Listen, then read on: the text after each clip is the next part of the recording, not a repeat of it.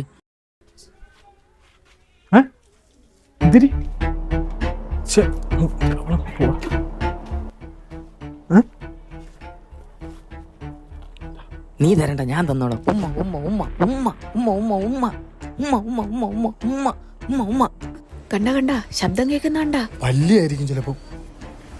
നോക്കട്ടാ. നോക്ക്.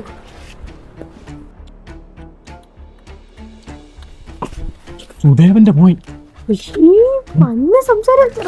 അതാണ്. പിന്നെ ഒരാഴ്ചയായി നമ്മളെ പ്രേമം തുടങ്ങിയിട്ട്. ഒരു കാര്യം ചോദിക്കട്ടെ, നമ്മളെ കൊച്ചെന്തോ ചെയ്യണം? കൊച്ചു ഒരാഴ്ച കൊണ്ട് കൊച്ചിനുണ്ടാക്കി വന്നിട്ട് ചൈനക്കാരനാ. പിന്നെ നമുക്കൊരു ഡേറ്റിങ്ങിനൊക്കെ പോണ്ടേ? അതെന്തോ സാധനം? അടുത്ത പ്രസവം.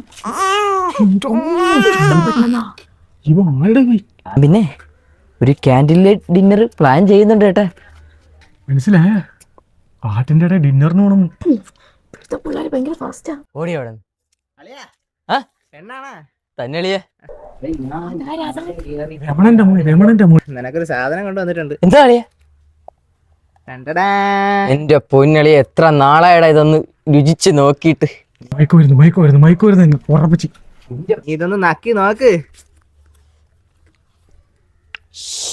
സ്വർഗത്തിലെത്തി അളിയാ, സ്വർഗത്തിൽ എത്തി. എല്ലാം മയക്കുമരുന്നിന് അടിമയായിട്ടാ. എല്ലാം മയക്കുമരുന്നിന് പിന്നെ ഞാൻ ഉള്ള മല എല്ലാം കയറി വാങ്ങിച്ചോണ്ട് വന്നതല്ലേ. നല്ല കഷ്ടപ്പാടായിരുന്നില്ല അളിയാ. പിന്നെ ഇവിടെ സീസണും അല്ലാത്തോണ്ട് പിന്നെ കുഴപ്പമില്ല. പിന്നെ അവിടെ ചെല്ലപ്പം കർണാടകക്കാരും തമിഴ്നാടുകാരും മാത്രമേ ഉള്ളൂ. അവരാണ് ഇത് കൂടുതൽ മേടിക്കുന്നത്. അവര് എത്ര പൈസ മുടക്കിയാലും അവരിത് മേടിക്കോടാ. അതാണ്. ആ തമിഴന്മാരും കർണാടകക്കാരും ഉള്ളു. വിജയ് ഒന്ന് കാണാൻ പോണം. ഇങ്ങനെ പോവുകയാണെങ്കിൽ ഉണ്ടല്ലേ ഉമ്മാരെല്ലാം നശിച്ചു പോത്തേ ഉള്ളു. അങ്ങനെ പറയൂ. ഇവളുമാരില്ല.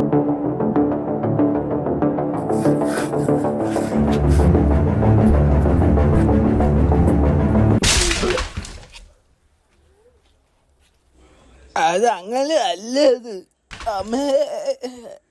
മയക്കുമരുന്ന് മൊത്തത്തിൽ म्हणे स्वामी सुत भजावा सम